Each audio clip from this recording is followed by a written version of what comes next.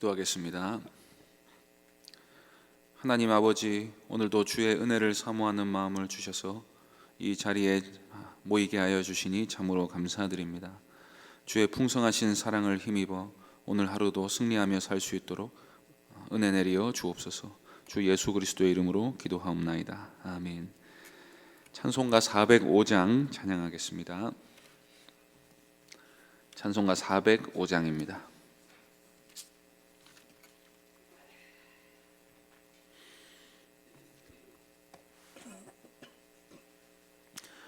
찬송가 405장 함께 찬송하겠습니다. 주의 친절한 팔에 안기세 우리 맘이 평안하리니 항상 기쁘고 복이 되겠네.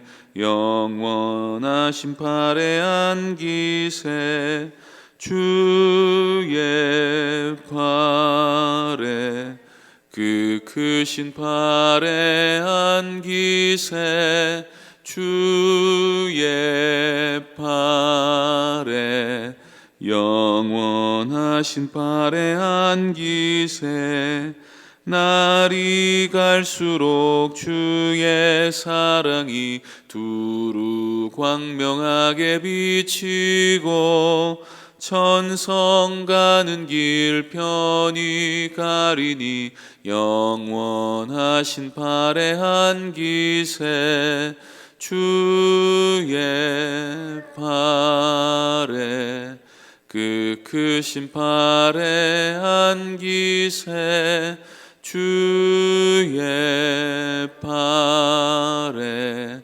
영원하신 팔에 안기세 주의 보좌로 나아갈 때에 기뻐 찬미 소리 외치고 겁과 두려움 없어지리니 영원하신 팔에 안기세 주의 팔에 그 크신 팔에 안기세 주의 팔에 영원하신 팔에 안기세. 하나님 말씀은 스가랴 1장 7절부터 17절까지 말씀입니다. 스가랴서 1장 7절부터 17절까지입니다. 스가랴 1장 7절부터 17절 찾으셨으면 한 절씩 교독하겠습니다. 다리오 왕 제2년 11째 달 곧 스바돌 24일에 이또의 손자 베레가의 아들 선지자 스가랴에게 여호와의 말씀이 임하니라.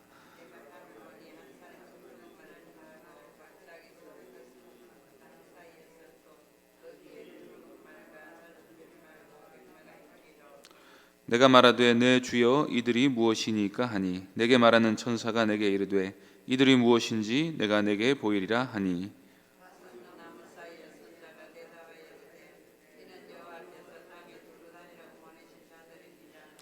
그들이 화석류 나무 사이에 선 여호와의 천사에게 말하되 우리가 땅에 두루 다녀보니 온 땅이 평안하고 조용하더이다 하더라.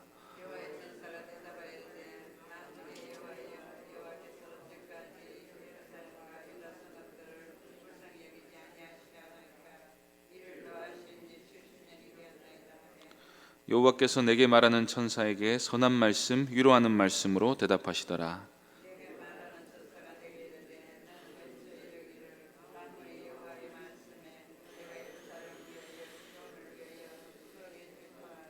아니란 여러 나라들 때문에 심히 진노하나니 나는 조금 노하였거늘 그들은 힘을 내어 고난을 더하였음이라.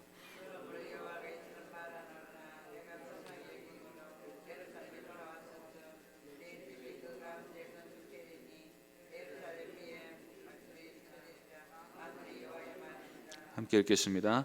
그가 다시 외쳐 이르기를 만군의 여호와의 말씀에 나의 성읍들이 넘치도록 다시 풍부할 것이라. 여호와가 다시 시온을 위로하며 다시 예루살렘을 택하리라 하라 하니라. 아멘.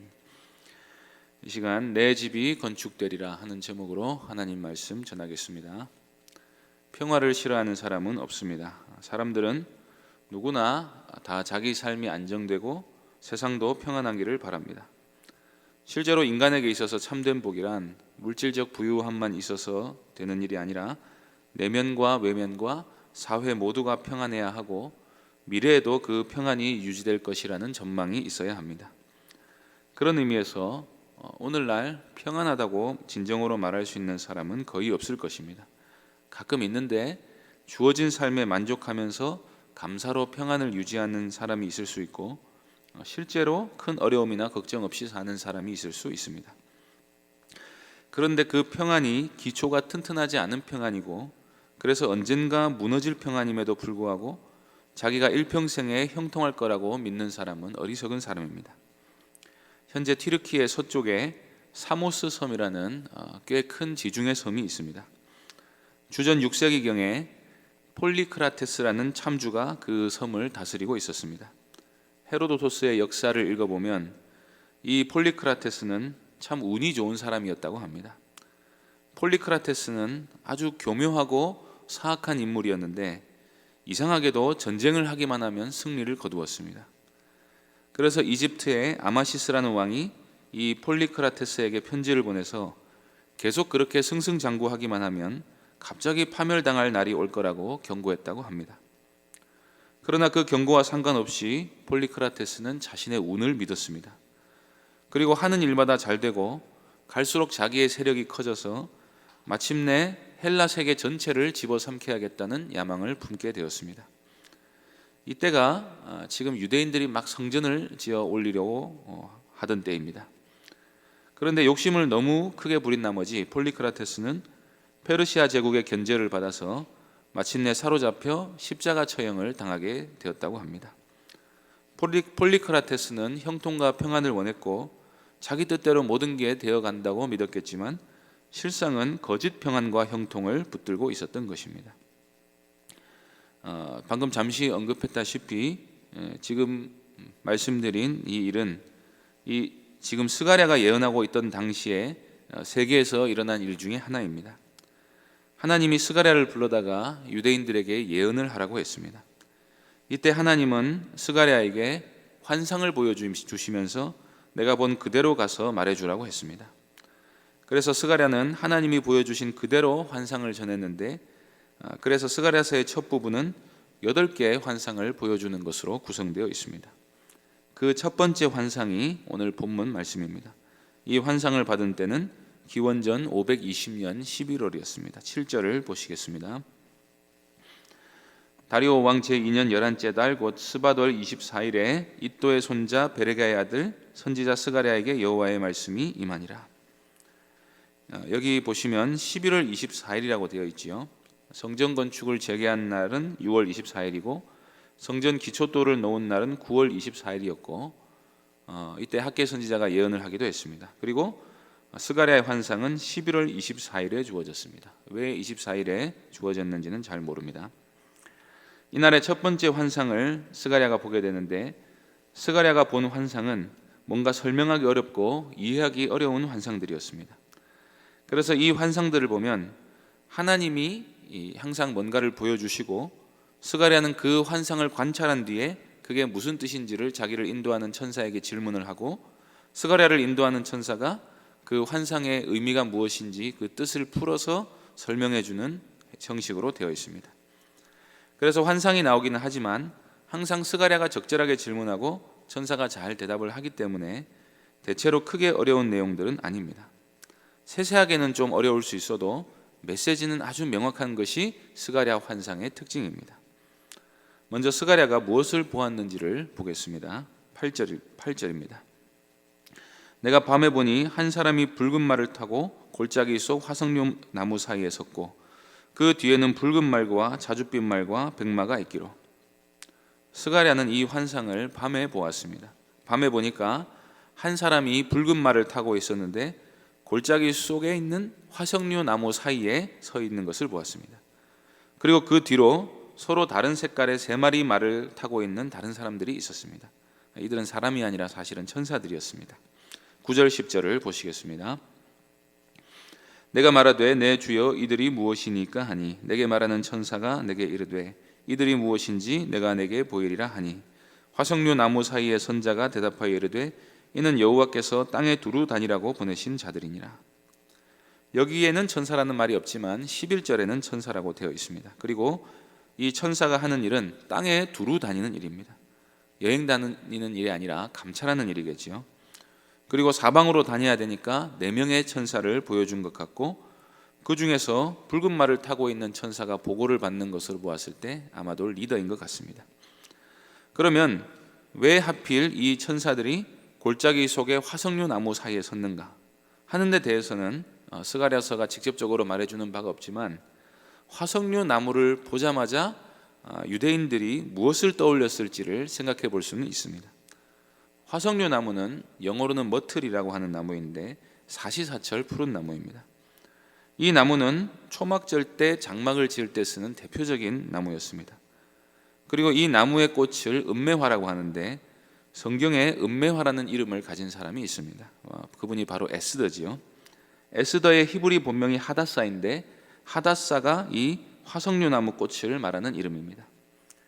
그러니까 화석류 나무를 보면 유대인들이 즉시로 구원을 떠올리게 되는 것입니다. 에스더로 말미암은 구원도 생각이 날 것이고, 이스라엘이 구원받은 이후로 광야 생활을 하게 된 것을 떠오르게 만드는 나무가 바로 이 화석류 나무입니다. 그런데 이 나무는 골짜기 사이에 있었습니다. 스가랴가 밤에 환상을 봤다고 했지요.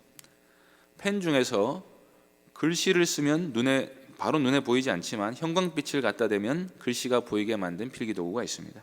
그런 것처럼 천사들이 화석류 나무 사이에 선 것을 보았다는 것은 스가랴에게 영적인 것을 보는 빛이 비추어지자 초막을 짓고 사는 이스라엘 가운데 지금 천사들이 있는 것을 스가랴가 보게 되었던 것 같습니다.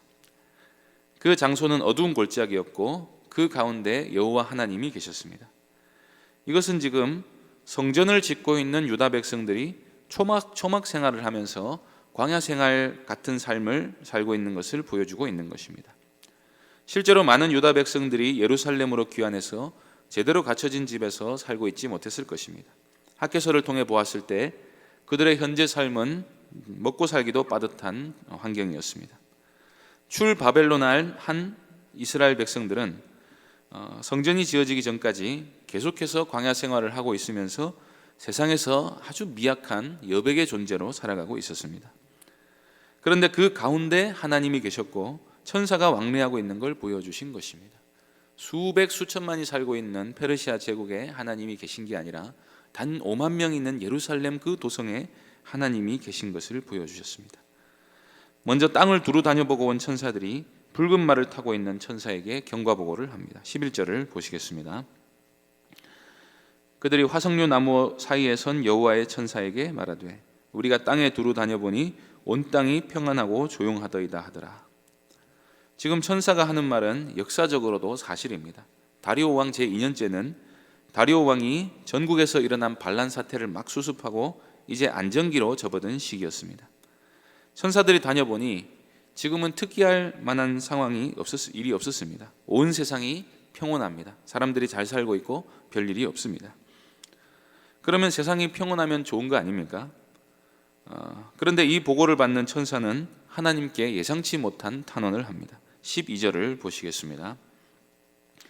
여호와의 천사가 대답하여 이르되 만군의 여호와여 여호와께서 언제까지 예루살렘과 유다 성읍들을 불쌍히 여기지 아니하시려 하나이까? 이를 노하신 지 70년이 되었나이다 하매. 천사는 지금 어떤 관점으로 세상의 평안을 바라보고 있습니까? 지금 유다 백성들의 상황과 형편을 보았을 때 세상이 지금 평안하게 잘 살고 있으면 안 된다는 것입니다. 이 기간이 70년이라고 천사가 말하고 있습니다. 이 70년은 선택받은 이스라엘 백성들이 이방 나라에 의해 짓밟혀 있던 기간입니다. 그러면 뭐가 잘못된 것입니까? 자리가 뒤바뀌어 있는 것입니다. 세상 나라들은 평안하게 잘 살고 있고 하나님 나라 백성들은 고난당하고 있는 이 상황이 잘못되어 있는 상황이라는 말입니다. 그래서 천사는 이제 말씀하신 70년이 다 됐는데 하나님이 언제까지 유다 자손들에게 노하시고 이 뒤집힌 현실을 그대로 놓아두실 것인지를 탄원하고 있습니다. 이 탄원을 듣고 하나님은 어떻게 반응할 것인가 하는 게 스가랴의 초미의 관심사가 되겠지요. 13절에서 15절 말씀에서 하나님이 이렇게 말씀하십니다. 여호와께서 내게 말하는 천사에게 선한 말씀, 위로하는 말씀으로 대답하시더라. 내게 말하는 천사가 내게 이르되 너는 외쳐 이르기를 만군의 여호와의 말씀에 내가 예루살렘을 위하며 시온을 위하여 크게 질투하며 아니란 여러 나라들 때문에 심히 진노하나니 나는 조금 노하였거늘 그들은 힘을 내어 고난을 더하였음이라. 천사나 하나님이나 언제나 최우선의 관심사는 세상 나라에 가 있는 게 아니라 하나님의 백성들을 향해 있습니다. 그래서 하나님이 선한 말씀, 위로의 말씀을 했다고 하는데 그 위로의 말씀이 이제 유다 백성들을 이제 돌아보시겠다 하는 말씀이 되는 것입니다. 그 말씀은 하나님이 아니란 나라들에 대해 지금 진노하신다는 것입니다. 지금 세상이 평안해? 안 될 말이야 하시면서 내가 예루살렘과 시온을 위해 크게 질투한다고 말씀하셨습니다. 예루살렘이 황폐해져 있는데 세상 나라들은 번영하고 있다 하는 걸 하나님이 이제는 더 이상 용납하실 수 없다는 말입니다. 왜냐하면 하나님이 유다 백성들에게 진노하신 건 맞지만 악한 세상이 하나님이 주신 심판의 권한을 넘어서 함부로 주의 백성들을 대했기 때문입니다. 다니엘서를 보면 느부갓네살 왕이 포악으로 세상을 차지해 놓고 하나님이 자기에게 세상 나라 권세를 주셨다 그렇게 말하지 않고 내 능력과 내 권세로 이런 나라를 이룩했다고 자랑하는 말을 합니다. 느부갓네살 뿐이겠습니까? 앞서 말씀드린 폴리크라테스도 그렇고 다 자기 술수와 교만으로 악행을 자랑하면서 아무도 내 평안을 건들 수 없다고 헛된 자랑을 했던 것입니다. 그러니 하나님이 그런 안일하고 평온한 세상 나라에 대해 진노하신다고 말씀하십니다. 그래서 우리는 하나님께서 이 악한 세상 속에서 살면서 신음하는 우리 성도들을 위해 하나님이 질투하시며 안일한 세상 나라에 대해 진노하고 계시다 하는 사실을 믿어야 합니다. 하나님의 시선은 항상 그의 백성들을 우선적으로 향해 있고 주님의 자녀들이 고통받고 있는 현실을 결코 무관심하게 보시는 분이 아니라는 것입니다. 이 말씀이 정말로 위로가 되지 않습니까? 마침내 때가 되면 하나님이 우리를 어떻게든 돌보실 게 분명하지 않습니까? 세상이 승리하고 의인이 착취당하는 현실을 뒤집어 주실 거라고 우리가 믿을 수 있지 않겠습니까? 그래서 하나님이 예루살렘을 이제 돌아보셔서 어떤 역사가 일어납니까? 16절을 보시겠습니다. 그러므로 여호와가 이처럼 말하노라. 내가 불쌍히 여김으로 예루살렘에 돌아왔은즉 내 집이 그 가운데 건축되리니 예루살렘 위에 먹줄이 쳐지리라. 만군의 여호와의 말이니라. 이 말씀이 첫 번째 환상을 보여주신 이유가 됩니다. 그 시대를 향한 메시지를 하나님이 스가랴 선지자에게 주신 것입니다. 스가랴 선지자는 학개 선지자에 비해 상대적으로 권위가 없는 선지자였기 때문에 아마도 이런 환상을 통해서 권위를 세워주신 것 같습니다. 하나님이 이스라엘의 확실한 위로를 전하기 위해서 지금 심히 미약해져 있는 공동체인 유다 백성들 가운데 그 가운데 하나님이 계시고 하나님이 그 이스라엘의 하나님이시며 그 이스라엘의 회복을 위해 이제 일하신다는 것입니다. 성전이 반드시 건축될 것입니다. 하나님의 뜻이니 반드시 이루어질 것입니다. 예루살렘 성벽도 재건이 될 것입니다. 하나님이 이제 말씀하신 것이니 믿으라는 것입니다.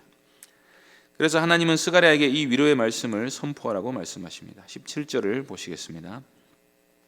그가 다시 외쳐 이르기를 만군의 여호와의 말씀에 나의 성읍들이 넘치도록 다시 풍부할 것이라. 여호와가 다시 시온을 위로하며 다시 예루살렘을 택하리라 하라 하니라. 여기서 그가 다시 외쳐 이르기를 이라는 말이 다른 번역에서는 스가랴 보고 그렇게 외치라고 말한 것으로 되어 있습니다. 하나님이 다시 시온을 위로하시고 예루살렘을 택하신다 합니다. 예루살렘이 다시 풍부한 성읍이 될 것입니다. 하나님이 전적으로 우리를 사랑하셔서 우리를 놀랍게 회복시켜 주신다. 이게 바로 복음이 아니겠습니까? 그러므로 우리는 세상의 안일한 평안에 동참하지 말고 현재 주의 백성과 함께 고난받기를 즐거워해야 합니다. 현재 세상에 누리는 죄악의 낙에 동참하면서 앞으로도 계속 이 평안이 지속될 것이라고 생각하지 말아야 합니다. 하나님 나라 백성으로서 교회의 한 지체로서 사는 삶이 미약하고 어려워 보여도 하나님의 눈은 자기 백성들에게 머물러 있습니다. 끝까지 하나님 나라 백성의 자리를 지키면서 성전을 세워나가는 삶을 사는 사람은 그 영혼의 풍성한 복을 날마다 허락해 주시고 날마다 더욱 큰 회복의 은혜를 허락해 주실 것입니다. 우리를 사랑하시는 하나님을 믿으시고 하나님 나라 백성으로서 세상과 벗하지 않으면서 성도의 삶을 살기를 항상 힘쓰는 모든 귀한 성도님들 되시기를 바랍니다. 기도하겠습니다. 하나님 아버지, 선한 말씀, 위로의 말씀으로 우리를 날마다 인도해 주시니 참으로 감사드립니다. 하나님이 우리를 사랑하셔서 우리를 회복의 길로 인도하신다 하는 이 진리의 말씀을, 이 위로의 말씀을 우리가 믿고 오늘도 담대히 하나님의 뜻을 행하며 하나님 나라 백성으로서 구별된 삶을 살면서 고난당하기를 즐거워하게 하여 주옵소서. 주 예수 그리스도의 이름으로 기도하옵나이다. 아멘. 하늘에 계신 우리 아버지여, 이름이 거룩히 여김을 받으시오며 나라의 임하옵시며 뜻이 하늘에서 이룬 것 같이 땅에서도 이루어지이다. 오늘날 우리에게 일용할 양식을 주옵시고 우리가 우리에게 죄 지은 자를 사하여 준 것 같이 우리 죄를 사하여 주옵시고 우리를 시험에 들게 하지 마옵시고 다만 악에서 구하옵소서. 대개 나라와 권세와 영광이 아버지께 영원히 있사옵나이다. 아멘. 시간 기도하실 때 하나님 나라가 임하게 해주시기를 위해서 기도하시고, 교회당 건축을 위해서 기도해 주시고, 이번 주 오는 성례식을 위해서 기도해 주시고, 병중의 성도들 위해서 기도해 주시고 개인적으로 기도하시기 바랍니다.